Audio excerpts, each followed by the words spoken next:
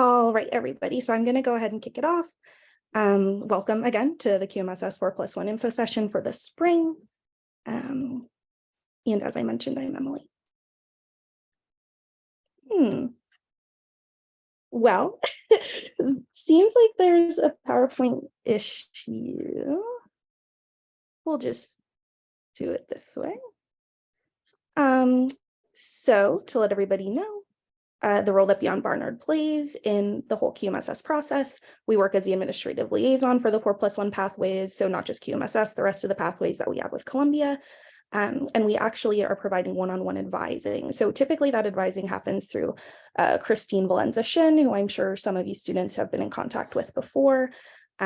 She is on our staff as the interim advisor over at Beyond Barnard, and she's able to assist with any 4+1 question you may have. If you're interested and have not yet scheduled an appointment with our office, I strongly recommend it. You get some one-on-one time, and we also are offering some 4+1 drop-in advising hours. For those questions you don't need a full appointment, maybe a quick 10 minutes FaceTime with an advisor.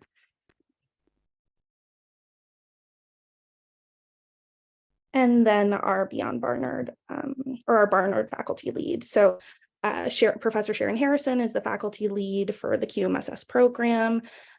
She mostly works with students on course planning. So if you are at the stage of course planning where you're trying to figure out what classes you need to take, she's definitely someone you want to reach out to. She also can help with thinking about what you might want to do with your QMSS degree, career paths, things that might be interesting for you to pursue within this program. So her contact information is here. Christine's contact information was provided on the last slide. My name is Emily again. I'll give you my contact information. So anything you may need, you can follow up with me later to get that contact information.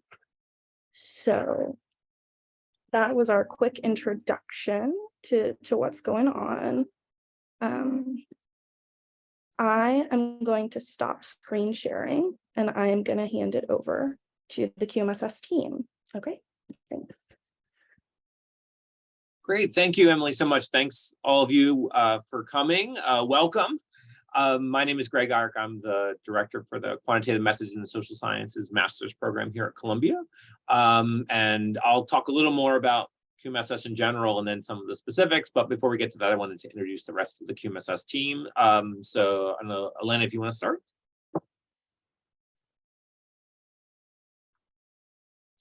Sorry, taking time to unmute myself.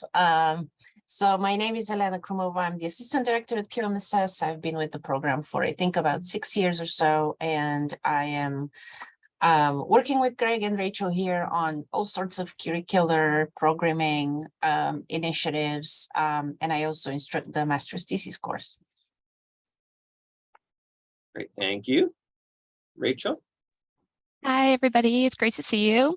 My name is Rachel, and I'm the program coordinator for QMSS, which means I am generally like the first point of contact for any questions regarding our program, which can range from registration questions, course materials, off-campus opportunities, teaching assistant, research assistant positions, you name it. I probably have something to do with coordinating or overseeing it. And I'm the go-to for any questions regarding our program. Great, thank you, Rachel. So what we wanted to do with our time today is just give you a little bit of an overview of the program in general, and then talk about sort of the specifics of how that relates to you all as Barnard potential 4+1 or BA, MA students in the program. So I've been with the program for 13 years or so now, and so I've seen sort of a lot of students come through the program. We've seen a lot of evolution of the program, but at heart, this is a interdisciplinary social science and data science master's program. And so what that means is we work to take the best of the methodologies that you would find in economics and psychology, political science, psychology, and any other social science, and we looked for the best ways to use those in applied statistics and the methods that are found within those disciplines, as well as looking at the use of data science in these fields as well. So that would be things like machine learning, natural language processing, artificial intelligence, and so on. So within that, we have a goal really to make the program work for you. And so it's really meant to be flexible. And I'll mention, a couple of core courses that are required, but a lot of that is within your interest in the program and what you want to get out of it. So that can be anything from looking to take courses in some different departments, sociology, political science, psychology. It can be looking to move in a direction that you maybe haven't had a chance to go into before, using your quantitative skills and abilities for any number of goals. We've seen our alums over the time. We have over 1,000 alumni at this point, and they go into a variety of different fields. So anything from looking to go on to PhDs in doctoral work in social science, public policy, you name it, a business, any number of PhD type programs. At the same time, we have a lot of students, the majority of which are going into industry, looking to work at various sorts of firms, whether those are startup firms or whether those are more established firms in consulting, finance, market research, media, tech. And then a good number of folks who will go into the nonprofit or governmental space. So we have a number of alums who work at the United Nations, Doctors Without Borders, working for the Attorney General's Office of New York State, working for the Mayor's Office of New York City, a variety of outlets like that as well. And so we're really, really lucky to have a huge diversity of student interests coming in. So all different sorts of majors, all different sorts of backgrounds, all different sorts of countries where folks are from, in all different dimensions. We also have a good number of students who are doing the program part-time, so they're working while they're doing this as well, coming back to school after a certain amount of time, and then a lot of variety in terms of the outcomes. So where folks want to go, what they want to do with the degree, and so we really love that diversity. We really work to make that be a value to everybody in the program. And so students generally are really feel very happy that they're exposed to so many different viewpoints, so many different people in different life stages, so many different goals. And that really works to, I think, enhance the program overall. And so that's what we would look to do for anyone like yourselves, is really look to understand what your goals are, understand what your interests are, understand where you want to go, where you're coming from, and then we'll advise you with regard to that. We have advising with students all along the way. We can give advice about what courses students have taken in the past, beyond, in electives and other departments. Typically in any given year, students take somewhere over 150 courses around the university through QMSS. And so folks are going everywhere, whether that's law school, business school, school of public health, school of social work, teachers college, school of education, all over the place. And so we really try and kind of help you guide yourself through that process, and then we're there to assist. A couple other things just to note, and then I think I'll let some other folks on the staff weigh in. In terms of the core courses that you'd be looking to do, those will be in the context of things like an introductory regression statistics course for data analysis. We would have a theory methodology course, which helps get all these different folks from different standpoints all on the same page, and understanding what defines good research, what are good research questions, how are they go about collecting data to answer those questions, things like that. We also have a research seminar, which you'll have a chance to have outside speakers come in who will be from other departments at the university around New York City, alumni who are directing data science or other kinds of research projects all around the world, and well as then a thesis course. And I think I'll let Elena speak a little more about that.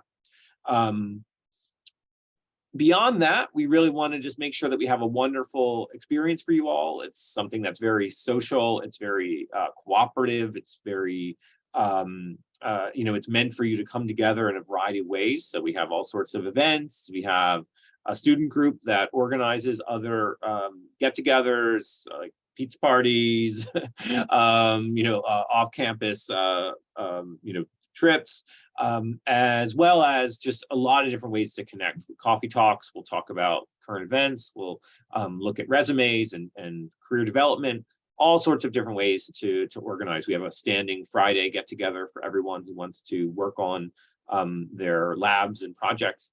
So lots and lots of ways to connect there. Perhaps Elena could also speak a little bit more about sort of the practical elements of the program, whether that's the practicum or internships as well.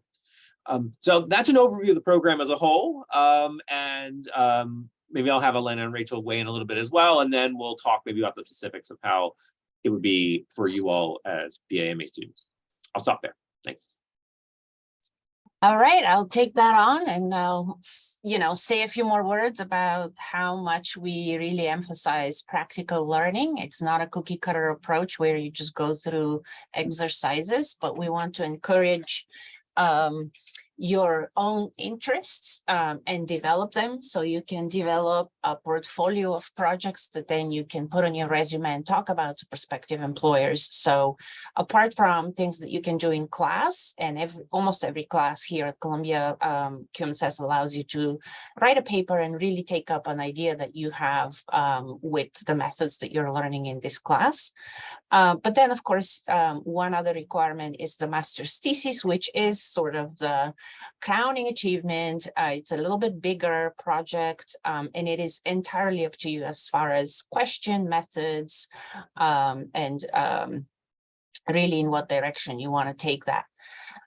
So that's a semester-long project, and there is a class for that. It is structured, so you keep working on it, and there's a lot of supports built into it to help you move through the thesis. Apart from the thesis, another way you can get involved in projects is with something that we started a couple of years ago. It's our innovation lab, and we are very proud of that. One aspect of it is group projects via our practicum class.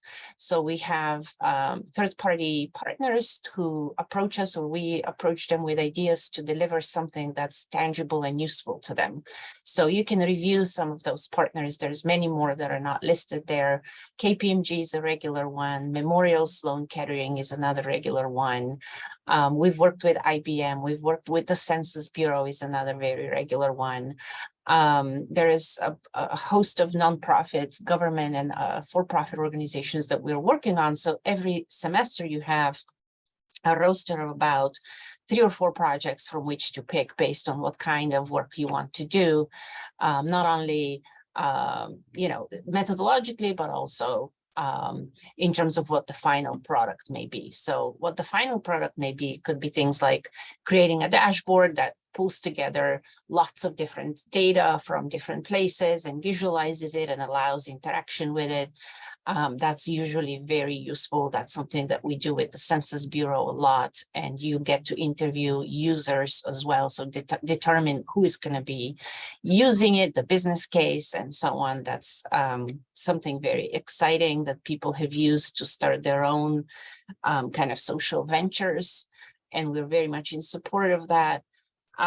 There's also other things such as building algorithms to predict various things, such as, for example, malignant cells on images of breast cancer patients, or flooding areas based on images from satellites, or the stock market, right? Or recession, like how likely is it to have a recession in the next 3, 6, 9 months, and so on. So lots of various projects with a lot of applications that we are very happy how well our students have performed, no matter what kind of challenge we throw at them. It's always a great end result. So that's one aspect of the innovation lab. Another aspect of the innovation lab is a group of mentors that we are building up, who are friends of the program or alumni of the program and have projects that they would like to involve QMSS students in and serve as their mentors. So you can see some of those again on the Innovation Lab. We just held a session with one of those mentors last Friday.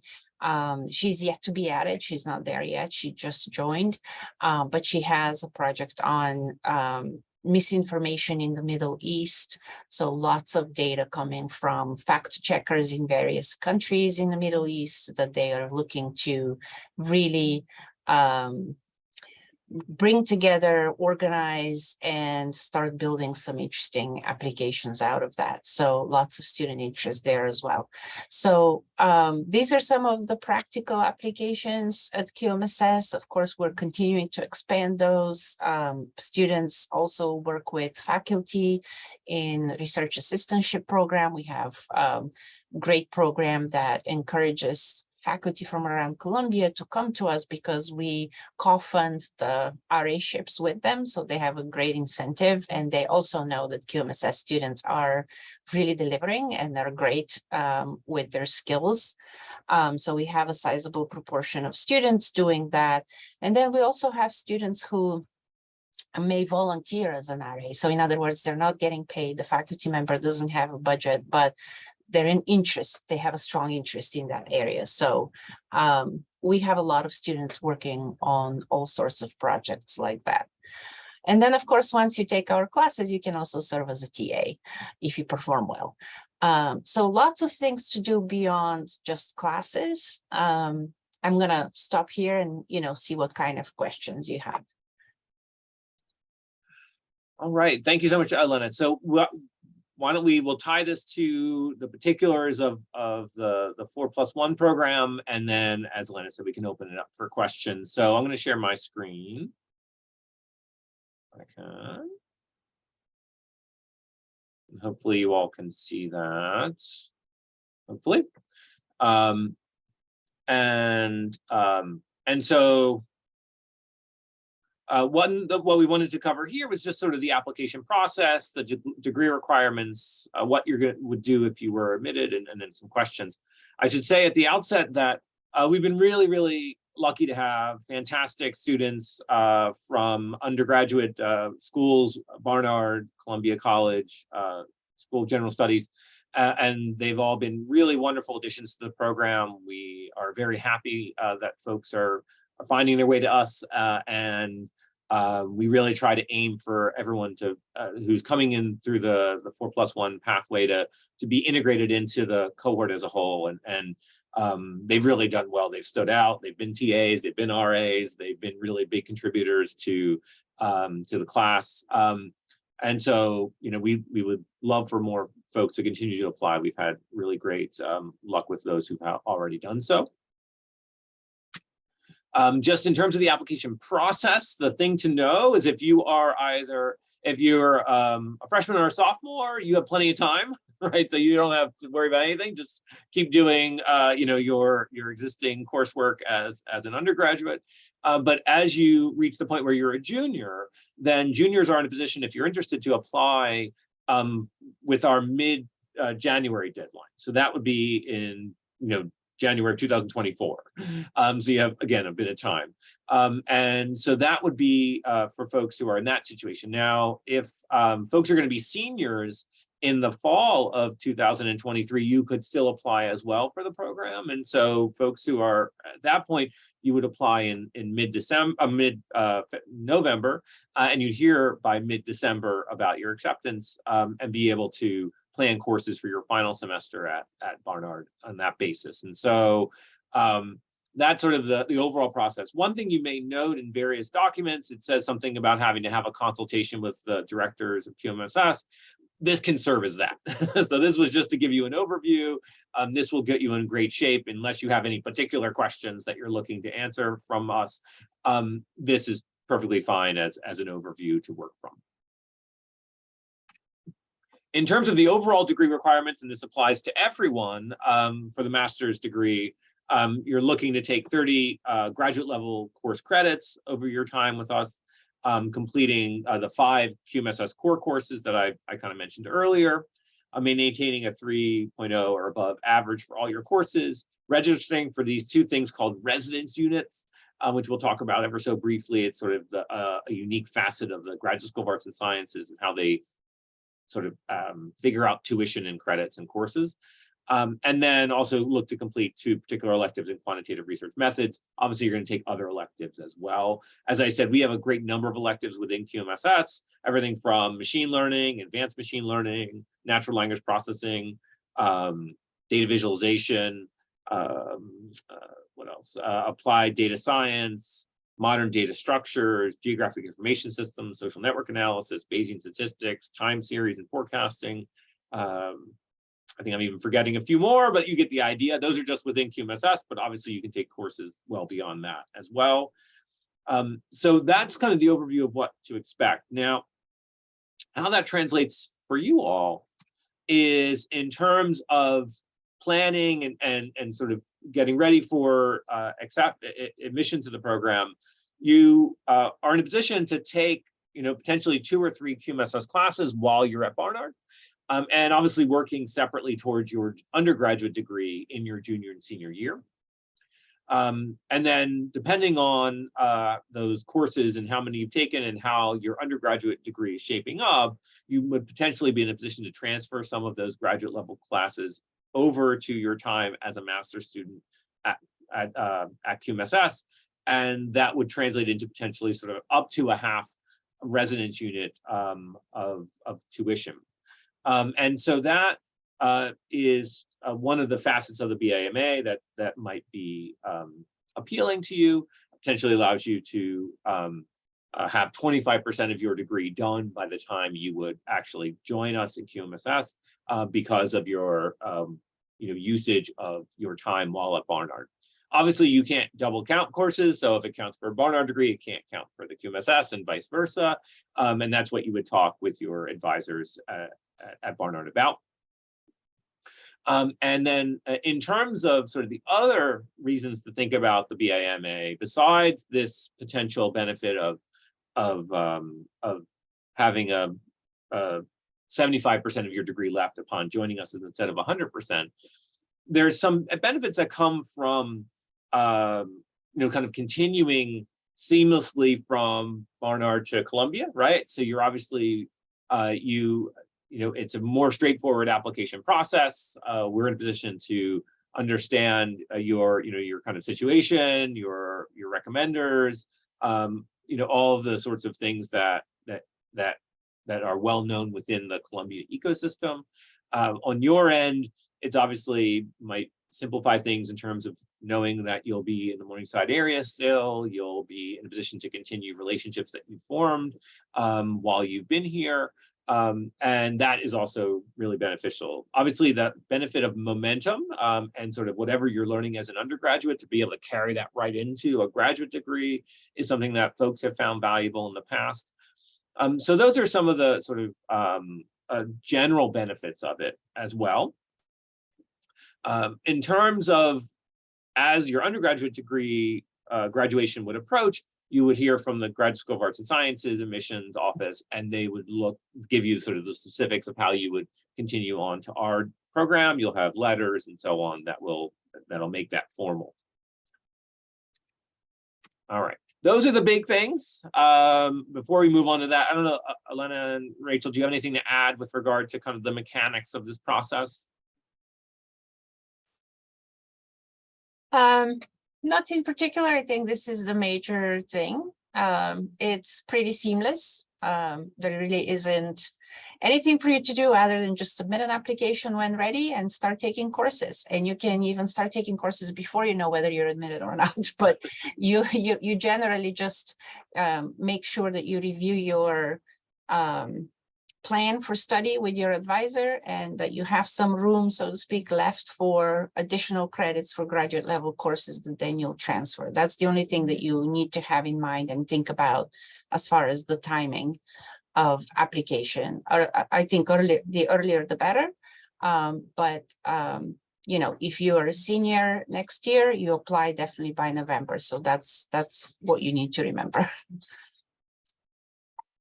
I'd just love to add that One of the things that makes the QMSS program really excellent for students of all different backgrounds and places in life is that this program is very part-time friendly.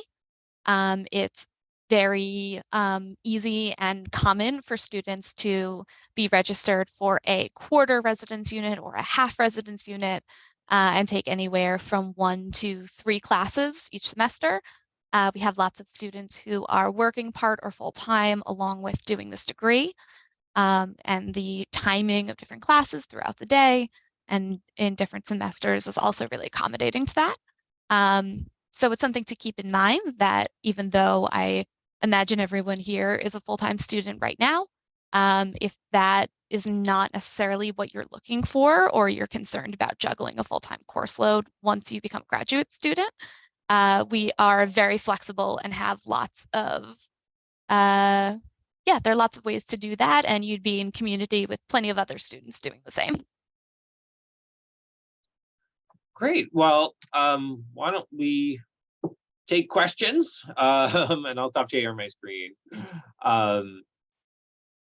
Yeah, anybody have any questions for us? Otherwise, we can obviously talk about a couple of frequently asked questions. Looks like we have a virtual hand raised by Melanie, and then we'll get to Gabriella next. Hi, so I was wondering about that last part about it being very part-time friendly. So in that case, it would take longer than the year to complete the, okay, just checking.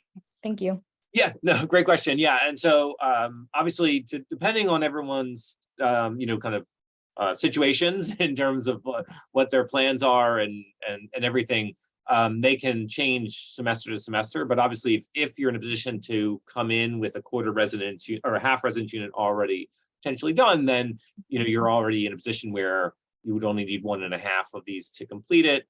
That's less than full time for both of those semesters. So you would have some flexibility there if you wanted to, and you were in a position to do that. So yeah, we're happy to do that. People switch back and forth too. They go from full-time to part-time, back and forth. So any and all of those combinations are possible, and we would gladly advise you with that. Yeah, great question. And then I just have a second quick question. So Yeah, sure. If we were to take graduate level courses while during our time at Barnard, I guess my question is, what is considered a graduate level course that counts for this? So any level, any Great question.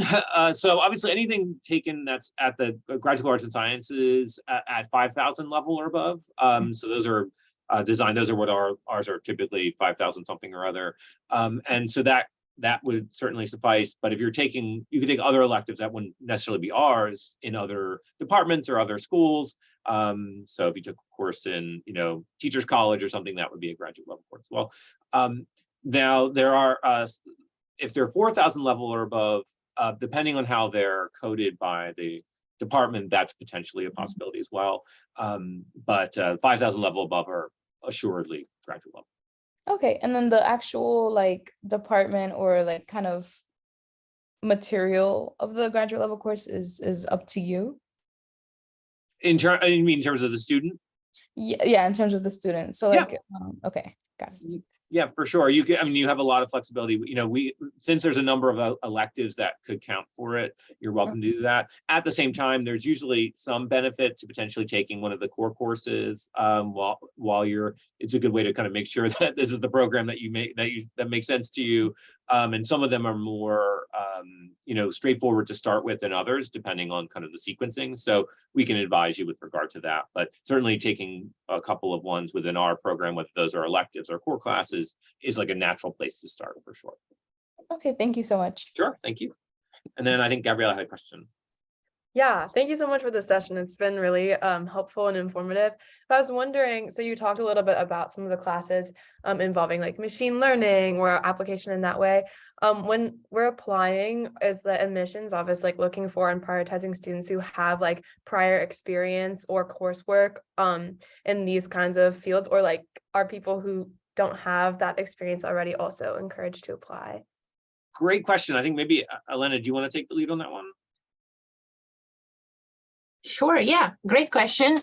So the answer is that we do not have requirements for you to have already statistics or coding or any sort of background like this. We were initially established over 20 years ago specifically to help train social scientists in quantitative methods, and we still very much believe in this mission. So what we do want to see is for you to have great academic performance, because past academic performance predicts future academic performance. And also, I think for you, for your own sake, though, when you start on a new path, it will be good to give yourself a little taste of what it's like, right, before you commit to it. So I would say more for your own sake than for ours. Take an online class, get involved in some kind of quantitative research, just so you establish how much you like doing that, right? You don't want to get involved in something that will require a lot of time and effort to ramp up on it, and you're not enjoying it, right? So just make sure that you do that, and you're sure that quant and coding is where you want to be. Awesome, thank you. And just as a follow-up, you mentioned earlier being able to take some of the classes without even knowing if you're accepted into the program yet. Did I understand that correctly? Yeah, I mentioned that in fact, it's a little difficult because if you're not in our program, we do not prioritize you, and our classes do tend to fill up very quickly and are in high demand. So that's the benefit of actually knowing that you're admitted. Then even though you're not, you appear as a partner student, we know that you're admitted, so we will let you in. Whereas if you're not, the chances actually of getting into a class are pretty low. Okay, got it. Just wanted to make sure I understood. No, I kind correctly. of take that back. Yeah. Yeah, no worries. Thank you for the explanation. Right. So it's a theoretical possibility for you, but it's just, as Elena said, it's obviously a little bit difficult just because of our wait lists that we look for folks who would be joining us eventually. So they would bump up the number there. Other questions or issues? Yep, Melanie. Yeah, I was wondering kind of what you guys would say is so like coding and math. Would you say there's a heavier emphasis on the math part of things or on the coding part of things, or is it kind of how we choose to like the courses we take and things like that? But in terms of like the core, for example, is it more math heavy or coding heavy? Great question. I mean, I would say overall, the coding is a more integrated part of those core classes. So there's, you'll be practicing, developing, research projects where you're bringing in data, you're analyzing it, you're producing results and looking at it. So that will happen sort of across pretty much all the classes. And then to whatever degree the math is involved, we again don't want there to be high barriers to entry. We really want folks to be able to kind of pick and choose if they're really into that or not. But there are certain courses within the program that tend to have more math expectation than others, but those are electives. And so, as you said, you can sort of choose whether or not you want to go down that route or not, especially after having done a few of the core classes, you can get a sense of which you're liking more. But there'll be a fair bit of coding. We do all we can to sort of make the coding, again, not assuming you have a background in it. And so we have teaching assistants who hold weekly recitation hours where they'll go through the code that we're looking for you to work with. We have a Friday study hall with folks where you can work with your classmates and also with a tutor to go over coding. So we really know that can be, it can be frustrating if you don't have a background and you're sort of like struggling with it. We don't want that to be the case. We want folks to be empowered to build off of wherever they're starting from and add more code base to it and get more comfortable. And so that's usually a kind of a high priority of us to sort of make that happen. And that's a really, valuable skill to have. So we really want folks to be able to have the ability to code up things to whatever degree they want, whether that's, data analysis, or whether that's machine learning, or whether that's natural language processing, or whether that's advanced machine learning, neural nets, and so on, up the line. So you can kind of choose your spot where you're happiest. Yeah, thank you. Yeah, I think I'm mostly interested in kind of the coding and but I was wondering kind of, do you guys how many kind of pre-med students do you guys usually interact with, or if there's kind of I don't know, students that are already in the program that are along that pre-med pathway? Great question. I'd have to say we we don't have, I don't know if we have a whole lot of folks who are pre-med. We have folks who trying to think. We have had a couple of folks who have gone on to medical degrees after, and a couple who've joined having been doctors already and wanting to do biostatistical research. And so it goes both ways a little bit. But I'd say certainly studying healthcare more generally, we have a number of folks who are interested in that space, looking to do, kind of biostatistical research, looking to do insurance work, looking to do work on healthcare devices and the industry. But in terms of, we'd have to sort of think about, but we're familiar with examples of folks who've been interested in that general space, how it would exactly translate for a pre-med student. We'd want to think about that. And you'd want to think about that in terms of, that whether or not you'd have the space in your, general life or curriculum to do all of the stuff you would need to do for the medical part of that as well. Yeah. Okay, thank you. Sure. Any other questions or issues? We know we are taking up a bunch of your time, but yeah, Gabrielle. Sorry, another question. Yeah, sure, no problem. Yeah. So you mentioned having a lot of alums in different types of career spaces after this. Is there a way for prospective people like me to get in contact with some of the alums from this program and sort of hear a little bit more about the kinds of things that people are doing now with the QMSS degree? So you can certainly, if you go on LinkedIn and search for QMSS, that's your best bet. That'll find folks the easiest. You can look for folks who seem to be more, actively involved in LinkedIn, and they're the ones who are most likely to reply. Typically, we tend to put folks in contact with alums a little later in the process, more after folks have been accepted and they're sort of figuring out the particulars. But you're welcome to find them on your own for sure. And we have a handful of folks on our webpage as exemplars. So let us know if you're having issues. We can certainly try and connect you further, but that's probably the best way. Thank you. Sure. Any other questions or issues? Maybe I'll, yeah. Oh, sorry about that. Yeah, I do have a question about do we have any access to the recording of this Zoom section? Because I'm so sorry for joining late. So I just really curious about what we talked about in the first half. I think Emily might know best about that. Yes, so we will be sending out a recording of this session within the next couple of days to everybody who registered. So don't worry, you'll get the full recording. It'll also be posted on the Beyond Barnard YouTube page. You can also see the same info session that we did in the fall with QMSS folks. So you'll be able to see the fall recording as well if you're interested in that. Thank you so much. And obviously, again, for those of you who might have friends who weren't able to attend, obviously let them know too. If you find someone who thinks it might be a good fit for them as well, we'd love to have everyone who's interested.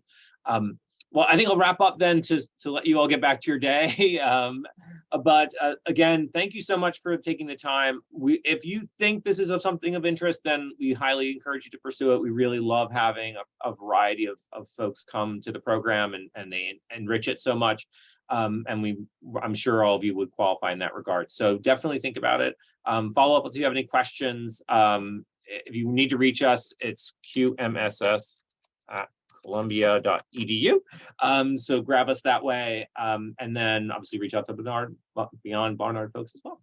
Thank you so much. Have a great rest of your day. Bye, everybody. Thanks, everyone.